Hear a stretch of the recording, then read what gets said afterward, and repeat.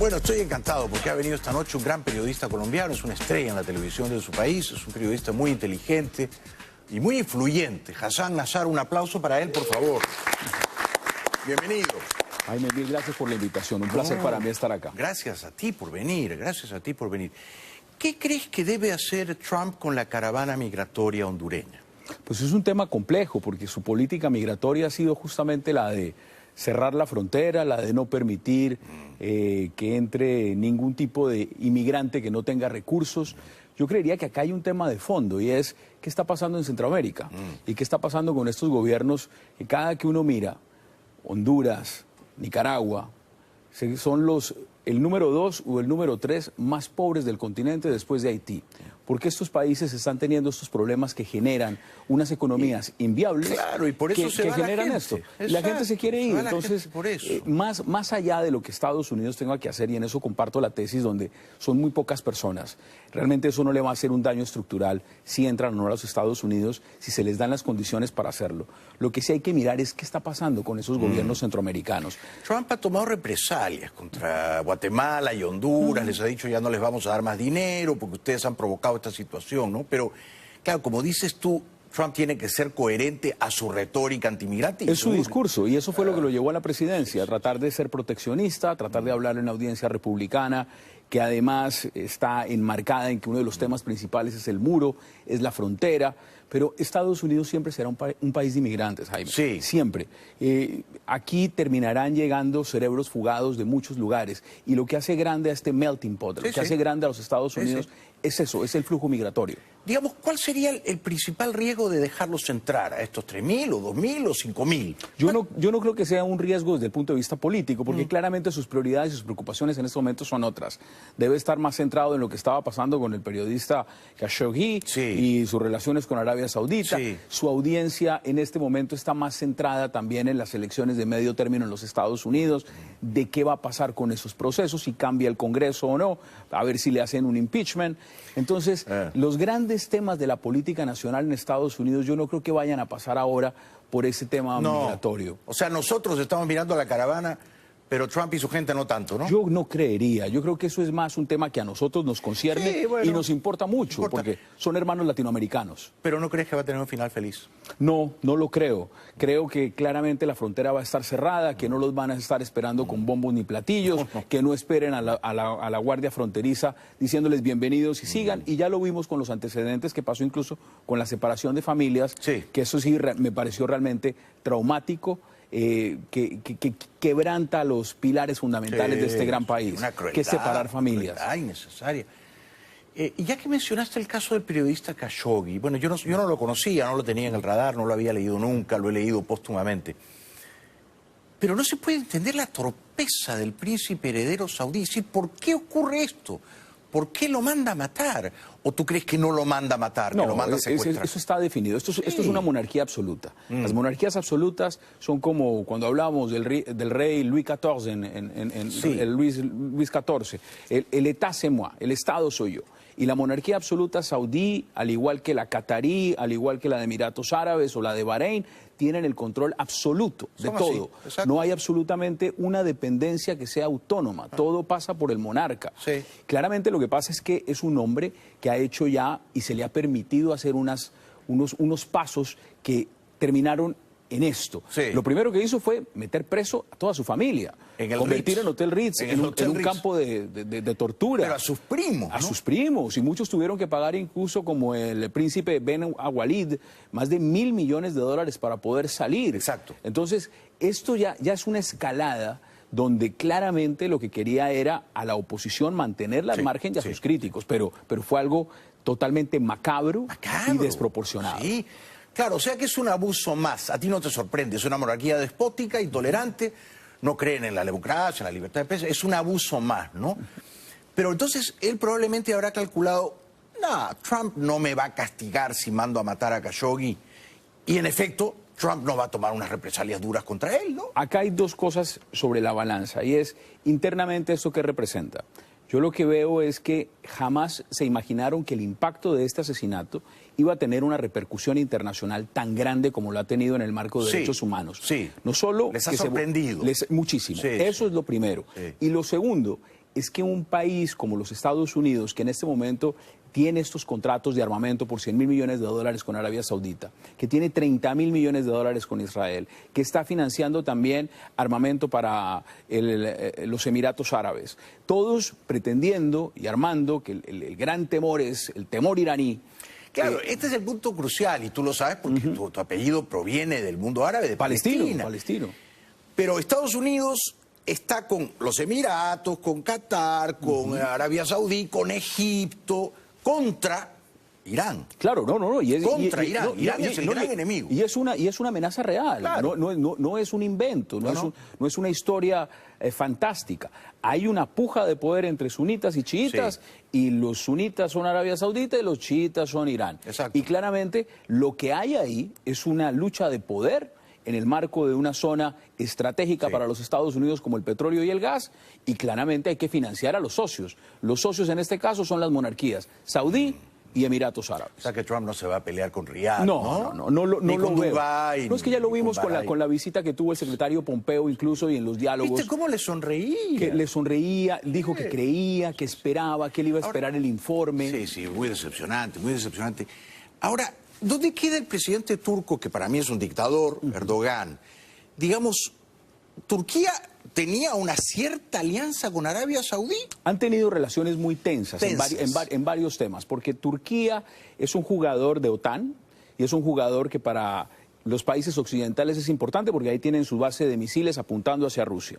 Pero al mismo tiempo es un país que tiene un fuerte conflicto con Israel. Sí. Y lo vimos demostrado con todo el tema palestino, las barcazas de la libertad y todo esto. Entonces, al mismo tiempo, es un país que en medio de esa dictadura que tiene Erdogan, también se ha visto y se opone, de manera que no entiendo cómo, a un modelo monárquico y critica a las monarquías del Golfo, siendo que él está implantando una dictadura. Claro, él ha encarcelado Turquía. centenares de periodistas, Así jueces, es. o sea... Hace exactamente lo mismo. Sí. Son gobiernos autoritarios. Sí. Gobiernos, además, que sean toda esa región, desde Libia, desde Egipto, desde Yemen, pues tuvieron intereses en tener dictadores durante muchos años. Es terrible, es muy decepcionante que en general en toda esa parte del mundo la libertad no arraigue. La democracia sea una cosa tan extraña, tan extranjera. Ese es el punto, Jaime. En este momento, Mohammed bin Salman es el producto de esas revueltas árabes. Arabia Saudita casi vive, al igual que Bahrein, un intento de primavera árabe. Se suponía que él era un reformista Claro, liberal. pero sobre la costra. Es decir, le voy a dar licencia de conducción a las mujeres, voy a permitir que entre el cine al país, voy a tener algún tipo de participación para otro tipo de culturas. Pero eso es maquillaje. Sí, pero eso es maquillaje. En el fondo es una dictadura dura y pura. Se ha visto. Vamos a ver qué dice Erdogan mañana martes, porque dijo que él va a contar todos los detalles del crimen. Aparentemente los turcos tenían micrófonos en el consulado saudí. ¿Y por qué no contaron todo al inicio? Claro. Nos hubiéramos evitado toda esta novela tan macabra que estamos viendo. Macabra. Terrible. Ya que lo mencionaste al pasar, ¿crees que Trump y los republicanos van a salir bien parados el 6 de noviembre en las elecciones de medio término? No lo sé. Realmente veo una elección apretada. Se cambia gran parte de lo que es la Cámara de Representantes y eso va a tener un efecto muy importante en las elecciones. Sí. Yo creo que el Partido Republicano va a tener que mirar más allá de cualquier cosa es si Trump va a ser su candidato para el próximo periodo y si esa es la carta que van a jugar. Tienen que tratar de ganar el mayor número de votos y de congresistas en esta elección. Pero no veo un panorama de gran cambio. Es decir, van a barrer los demócratas. No lo veo de esa forma. Va a ser parejo, ¿crees tú? Va a ser parejo, sí. Yo no veo a los republicanos deshaciéndose de Trump el 2020. No lo creo. Si la economía sigue como va... Lo van a apoyar. Porque al final esa posición tan clara que dijo en su momento Bill Clinton de ¿Is the economy stupid? Es la economía. Y dependiendo del rumbo de la economía, este país y muchos países marcan el rumbo de lo que es la política. Pero la economía se puede romper en los próximos 16 o 20 meses. La bolsa está muy inflada. Mucha gente que sabe de dinero dice Trump va a encontrar la manera de dañarlo, de romperlo. Pues ese sería el punto de quiebra entonces para que tuviera posibilidades de repetir en un segundo periodo. Antes de ir a la publicidad, ¿has ido a esos países de Medio Oriente? He estado en Israel, estuve en Palestina, ¿En qué ciudad de Palestina?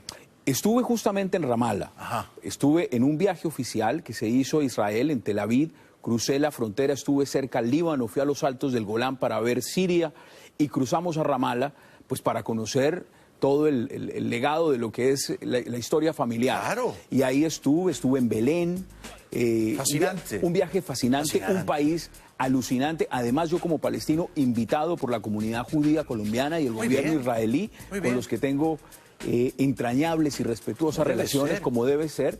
Y fue un viaje, te puedo decir, alucinante, de los mejores viajes de mi vida. Interesante. ¿Y hablas la lengua? No la hablo, porque desafortunadamente mi abuelo, como muchos inmigrantes árabes, libaneses, sirios, palestinos, llegaron a América Latina, se radicaron, se casaron con colombianas, adoptaron la religión, el idioma, y el árabe no se transmitió en las siguientes generaciones. Claro. Bueno, quédate un rato más con nosotros. Estamos encantados de disfrutar de tu presencia. Regresamos con Hassan Nazar. Él es la gran estrella ahora de la televisión colombiana en RCN con Claudia Gurizati, presentando las noticias a las 7 de la noche. Ya volvemos. Un aplauso para Hassan, por favor. Nos acompaña esta noche el brillante periodista de la televisión colombiana Hassan Nazar, que aparece todas las noches a las 7 en RCN, el mejor canal de Colombia, dando las noticias con Claudia Gurizati, que también es una campeona, una gran periodista. Hassan, ¿tú conociste a Chávez? No conocí a Chávez, afortunadamente. ¿Chávez fue un dictador? Más que un dictador. Fue el promotor de una máquina de crear miseria, de acabar estados, de destruir instituciones. Un rey del populismo, un hombre muy peligroso. Y los efectos los estamos viendo hoy, no solo en Venezuela, lo estamos viviendo en carne propia en Colombia. Estamos recibiendo con los brazos abiertos al producto de ese socialismo del siglo XXI, de esa revolución, fallida revolución, de ese fiasco de revolución, y el daño que eso ha generado, no solo en las cifras económicas, sino en el sufrimiento y en los derechos humanos, es incalculable. Incalculable. ¿Has ido últimamente a Venezuela? No he ido a Venezuela. ¿Le has pedido una entrevista a Maduro alguna vez? Maduro me tiene bloqueado en todo, igual que Diosdado Cabello. ¿Será porque no he sido condescendiente a la hora de definir lo que considero ha sido un movimiento de corruptos, de criminales, que ha acabado con el país más rico de la región? ¿De qué manera te bloquea Maduro? Perdona mi ignorancia. No, digamos, bueno, en redes sociales, en Twitter, no puedo ni leerlo.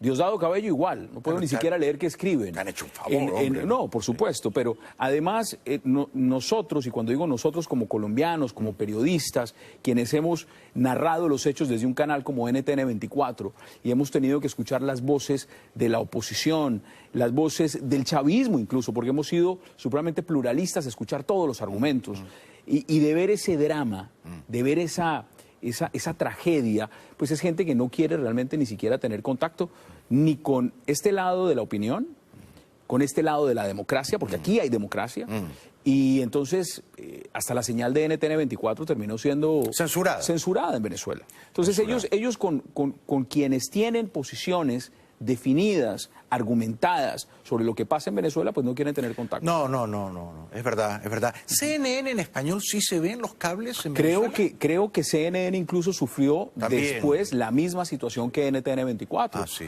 Y en este momento NTN 24, el día de ayer, en Salta, en Argentina, que se está celebrando la conferencia de la CIP, recibió un reconocimiento justamente por su trabajo frente a los inmigrantes y la realidad que se está viviendo en Venezuela. Por contar esos hechos, la señal del canal ha sido sancionada. ¿Qué crees que debería ser, digamos, la parte libre de América, que es la parte mayoritaria, ¿no?, de Canadá hasta Argentina, que está preocupada con la dictadura venezolana? ¿Qué deberían hacer que no hayan hecho todavía? Hay que ahondar esfuerzos, Jaime. ¿De qué manera, por ejemplo? Y cuando digo esfuerzos, no solo es al alto nivel, es en todos los niveles. Nosotros incluso, quienes tenemos la posibilidad de ser visibles en los medios de comunicación, la sociedad en común, el colombiano que hoy está viendo a un venezolano con un letrero en la calle diciendo soy venezolano, acabo de llegar, no tengo para comer. Tenemos que ser solidarios con esas personas y tenemos que mirar todo el ámbito desde la diplomacia, porque hay que mirar los canales diplomáticos, somos democracias, nosotros no estamos pretendiendo que mañana se dé un baño de sangre en Venezuela, no. Lo que queremos es que se dé un verdadero cambio. Y el cambio empieza por no seguir concediéndole terreno a la dictadura. Y con esto me refiero a lo siguiente: caer en el juego de que en Venezuela se puede jugar con un discurso de elecciones libres, eso es para incautos. Allá no hay elecciones libres. Claro, eso está demostrado. Lo primero que debería de sentarse la oposición y la comunidad internacional es en contar los hechos. Es decir, ustedes están cerrando los medios de comunicación. Ustedes quebraron esta economía.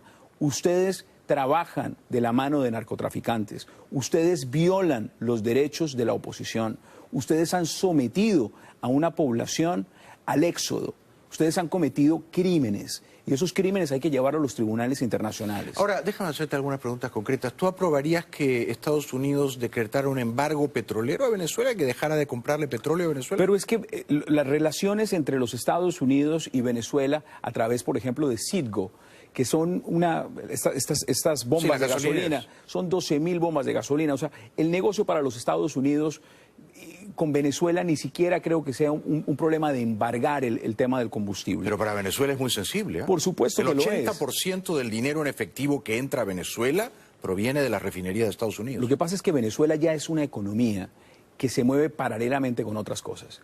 En Venezuela... O sea, ¿tú crees que el embargo petrolero no provocaría mayor trastorno a la economía venezolana? La producción de petróleo de Venezuela hoy en día es la que tenían en 1927. A eso han reducido pero entonces, su capacidad. ¿qué medidas concretas propones tú?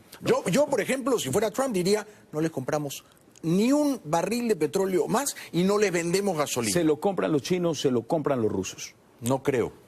Ya tienen como los chinos no tienen que seguir comprando. Como parte de garantía, porque estos señores... Pero es que Venezuela les debe tanto petróleo a los chinos y a los rusos. Han hipotecado los recursos petroleros de ese país. Pero entonces los chinos no le van a comprar petróleo en efectivo. Bueno, entonces pensemos efectivo un embargo, por ejemplo. Pensemos en eso. Pero más allá de eso, hay que hacer las sanciones.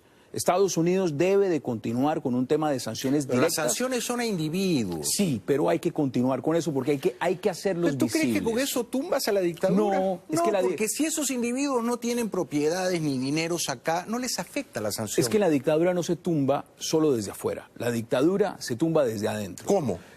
Eso es el trabajo que tiene que hacer la oposición. Pero la oposición ya salió a las calles. Sí, pero no han... Ya la entremataron. Pero se han ido a las calles con una finalidad. Y es una finalidad absurda, que es ganar las elecciones. Y a un dictador no se le ganan las elecciones. Cuando se han unido pensando en vamos a movilizarnos para ir a ganar unas elecciones. Los jóvenes que salieron a las calles a mediados del año pasado no querían ir a elecciones. Esos jóvenes querían que cayera la dictadura. Voy a poner este argumento para hacer un comparativo. No tengo tu lectura. Para hacer un comparativo. La mayoría de los procesos que se dieron con movilizaciones de jóvenes, por ejemplo la Primavera Árabe, que se dieron con dictadores que llevaban 30 años, 40 años en el poder, como Mubarak en Egipto, como Ben Ali en Túnez, como Gaddafi en Libia, tuvieron que salir y poner el cuero como lo han hecho los venezolanos. Y fueron ellos los que al final terminaron tumbando a esos dictadores. Y lo que está pasando en Venezuela es que desafortunadamente, ellos no estaban pidiendo unas elecciones para mañana. No, pero entonces no digas que la gente salió a las calles a pedir ganemos a las elecciones. No, lo que pasa es que el drama venezolano tiene varios componentes. Uno de los componentes es que la oposición en Venezuela es muy responsable de la tragedia venezolana, porque al final no han logrado no solamente tumbar al dictador. Una cosa es tumbar al dictador, otra cosa es desmontar la dictadura. Pero a lo mejor no tienen los elementos, no tienen el poder. La dictadura tiene todas las armas de la República secuestradas. ¿Cómo puede Leopoldo López, encerrado en su casa, conspirar contra Maduro y Cabello? ¿Qué puede hacer el pobre Leopoldo? ¿Qué puede hacer María Corina? María Corina en este momento antes está preocupada desde que no vayan a cometer un atentado contra ella. No la dejan salir de Venezuela, está neutralizada. El alcalde Ledesma, exiliado. Varios de los que son cabezas, si no están presos, están en el exilio. Y se está convirtiendo en una diáspora venezolana de millones de personas. Pero por eso yo te pregunto, yo te pregunté lo del embargo petrolero, tú no lo veías con mucha simpatía. Ahora, Almagro, cuando fue a la frontera, dijo no descartemos el uso de la fuerza. Sí. ¿Tú verías con simpatía el uso de la fuerza para liberar a Venezuela? Una fuerza multinacional, Canadá, Estados Unidos, Colombia, Perú, Chile, Argentina, o una fuerza únicamente de Estados Unidos? ¿O crees que eso sería, como tú dijiste antes, un baño de sangre que hay que evitar? Voy a hablar como colombiano, estando en Colombia y mirando el flujo migratorio que está teniendo en este momento. Si se llega a dar una guerra en Venezuela, por ejemplo, una hipotética, por una invasión militar de una fuerza multilateral, el primer país que sufre las consecuencias es Colombia, a nivel de la tragedia humanitaria que tiene que recibir y del presupuesto que tiene que destinar para ayudar en esa contingencia.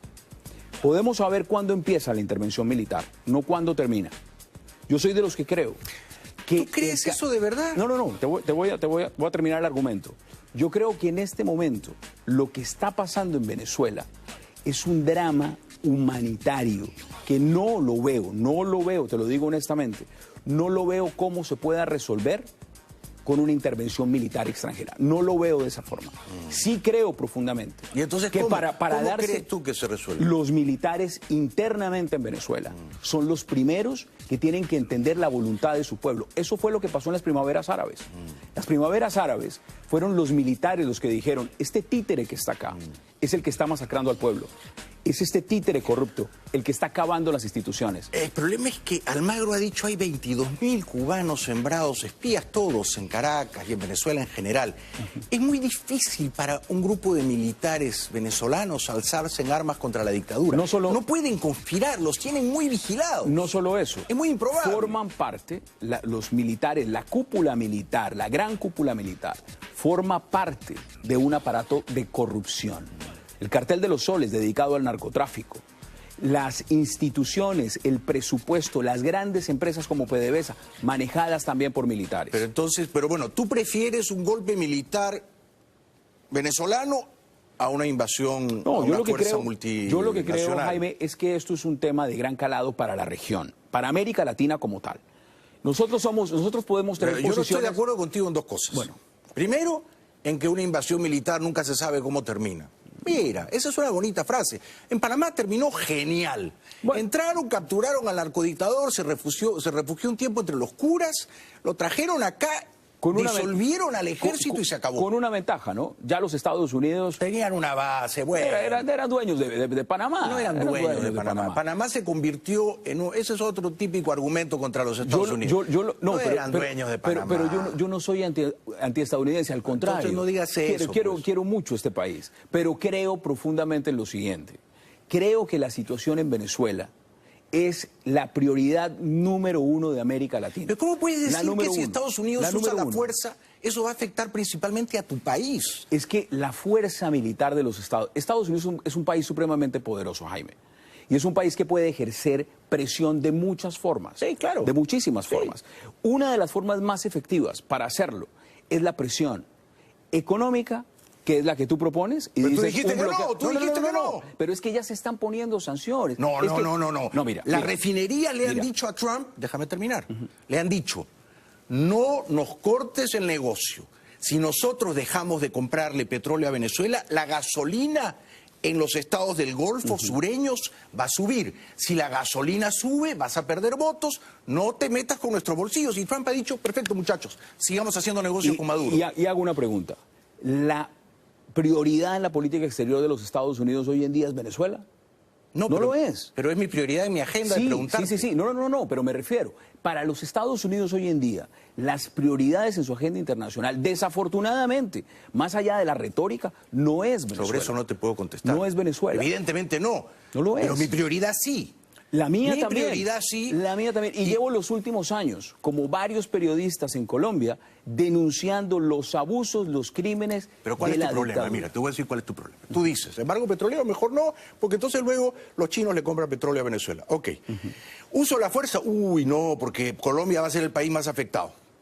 No sé por qué, pero tú crees eso. Y además, cuando tú entras, nunca sabes cuándo sales. ¿Es cierto? Eso es cierto en Vietnam y no es cierto en Panamá. Y es cierto en Irak y es cierto en Afganistán. Y no fue cierto cuando desembarcaron en Normandía. Bueno. Y luego tú dices, acá el problema es la oposición venezolana, que era como decirle a la resistencia francesa, Ustedes ocúpense de los nazis. Son dos cosas distintas. ¿Pero cómo le vas a echar la culpa a la oposición venezolana? Son dos cosas distintas. La oposición venezolana no tiene armas. En este momento, si miramos... Necesitan ayuda. Y la tienen, se las estamos dando. Le estamos llevando en este momento... ¿Quién se la está dando? ¿Santos se la daba? No. El presidente colombiano, Iván Duque, acaba de llevar el nombre, acompañado de otros países, del señor Nicolás Maduro, para que le abran un proceso en la Corte Penal Internacional. ¿Va a caer por eso Maduro?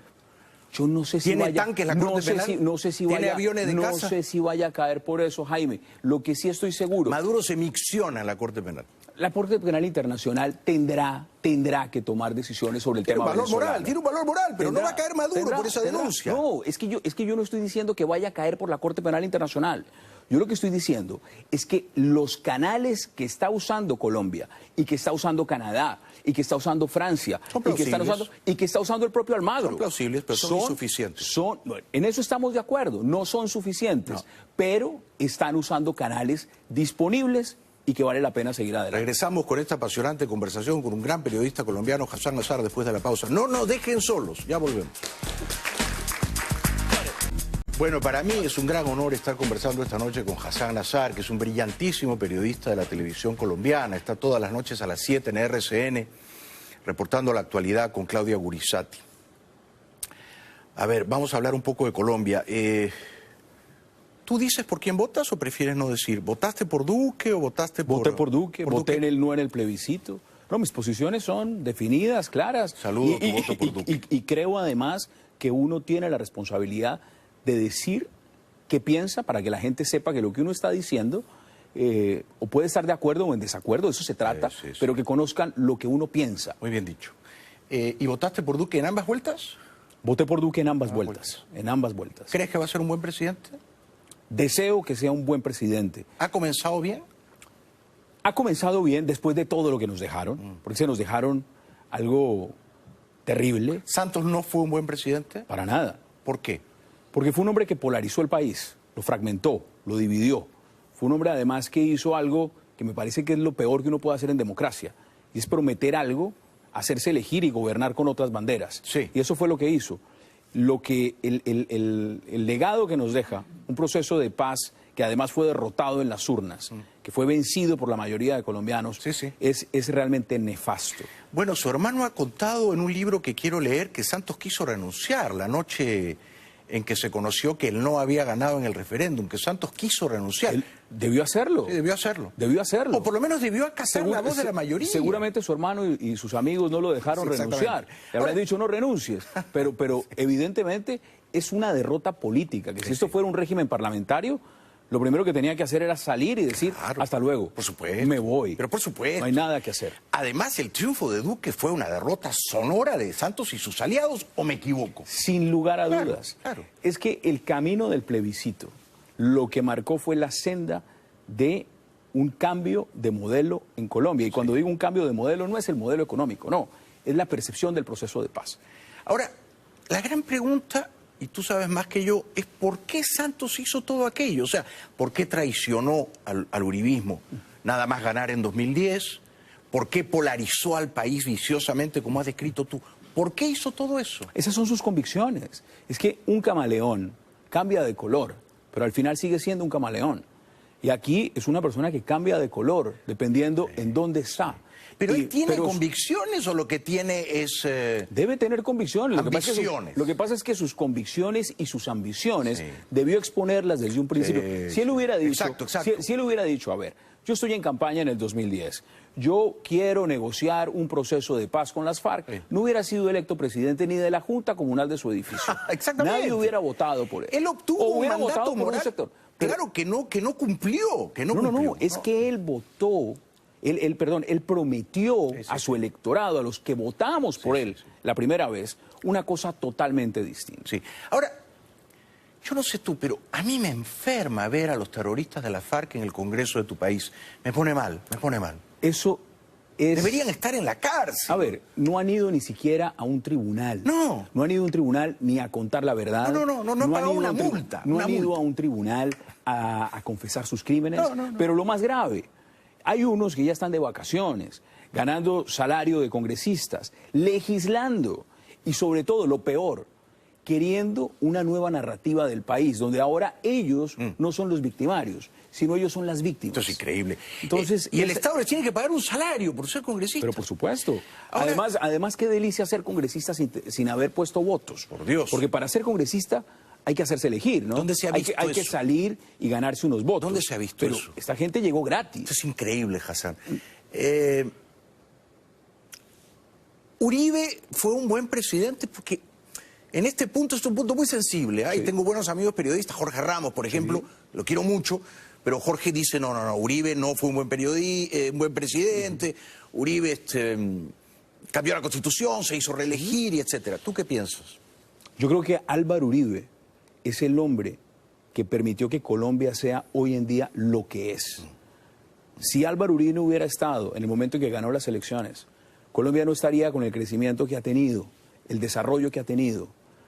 No hubiera tenido la capacidad de volver muchos colombianos que vivían por fuera de regresar a volver a creer en Colombia. Claro. Y fue claramente el bloque de contención a que ese populismo del socialismo del siglo XXI no penetrara en Colombia. ¿Y por qué? Ahora, es un hombre como todos los gobiernos, que no hay gobiernos perfectos, Bueno, no los hay, no existen los gobiernos perfectos. imagínate. Existen gobiernos que han tenido grandes falencias, problemas de corrupción. Porque son empresas humanas y todas las empresas humanas son falibles. Pero venir ahora a pretender en la figura de Álvaro Uribe, de tratar de encasillarlo como si fuera un criminal, como si fuera un hombre que lo que le hizo fue daño al país, cuando lo que hizo fue que transformó al país en lo que es hoy en día. Me parece que ese reconocimiento hay que hacérselo. Sí, fue un grandísimo presidente y un gran demócrata, el único que le plantaba la cara firme a Chávez. ¿A ti te dicen uribista? Sí, por supuesto, todo el tiempo. Todo el tiempo. ¿Y tú todo qué el tiempo. respondes? Pues lo único que se puede responder, Jaime, ¿Qué sería eso? si defender la libre empresa, si defender la propiedad privada, si defender el Estado social de derecho, si defender los valores democráticos, si defender que criminales de lesa humanidad vayan a la cárcel, que los que pagan vayan y paguen sus crímenes. Si eso es ser uribista, soy uribista. Claro. No tendría ningún temor en decirlo abiertamente. Yo defiendo unos pilares y esos pilares en Colombia entonces tienen una categoría. Si esa categoría es ser uribista, soy uribista. Yo tuve una entrevista muy acalorada con un periodista de tu país, de apellido Vélez, Luis Carlos Vélez. No sé si la alcanzaste a ver. La vi, por supuesto que la vi. ¿Qué te pareció? Pues... ¿Fui muy duro con él? Sí, fuiste duro. Fuiste duro. Pero ese eres tú. Bueno, ¿Tú has sido duro conmigo también? Sí. No, ¿te pareció que he sido duro? Yo pensé que había sido sumamente amable. Suave. No, yo lo que creo es, a ver, Colombia tiene un problema, Jaime.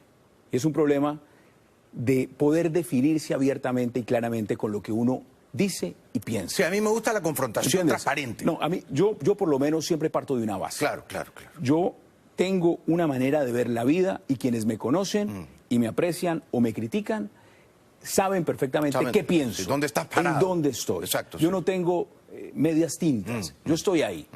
Y yo creo que lo que hay que buscar hoy en día es tener la claridad de poder sentar su posición, argumentarla, debatirla y juzgar. Y a partir de eso, pues que la audiencia decida si te quiere escuchar, si no te quiere escuchar, si vale la pena ver tus programas Pero es que o no. a mí me irritó mucho que este muchacho Vélez, que seguramente es muy talentoso, pero yo no le advertí los talentos. Sí, yo no los vi, pero seguro que yo soy miope.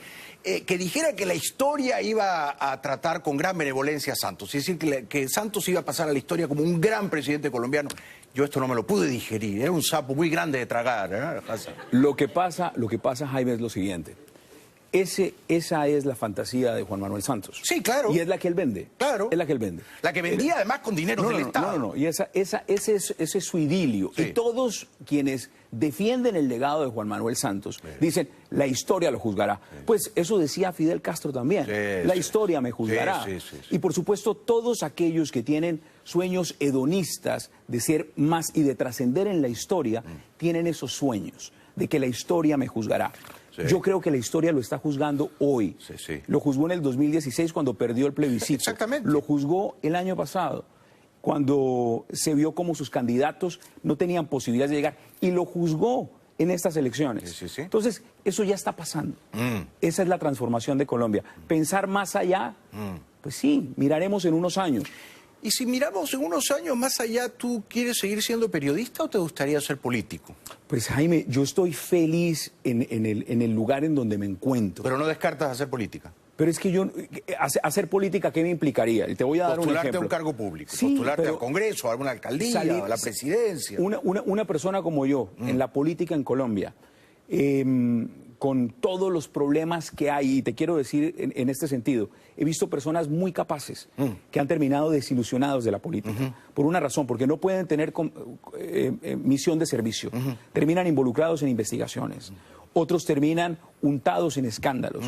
Yo he estado en el sector privado toda mi vida, defendiendo unos principios y unos valores desde el sector privado. Sí, sí, quédate en el periodismo. Y me encanta el periodismo. A la política, me encanta la opinión, me encanta tener la posibilidad de escuchar distintas voces, de reunirme con personas con las cuales no tengo afinidad ideológica o política, pero podemos conversar, podemos debatir, podemos construir. Y creo que ahí en el periodismo se pueden jugar muchas cartas importantes para la democracia en América Latina y en el mundo. Esta es mi última pregunta, porque tú llevas el pelo díscolo y yo también. Sí, los dos tenemos ese privilegio. Es una gran cosa, es una afirmación de la libertad. Además, te cuento algo que me pasa a mí. A mí no me dejan, nunca me han dejado en mi carrera, ni he permitido tampoco en mi carrera en la televisión, ni que me peinen, ni usar productos. ¿Haces bien? Sí, yo soy como tú. En eso ¿Con qué frecuencia te cortas el pelo? depende, Cada mes. Cada mes o cada 2 meses. No tengo preferencia y no tengo peluquero de cabecera.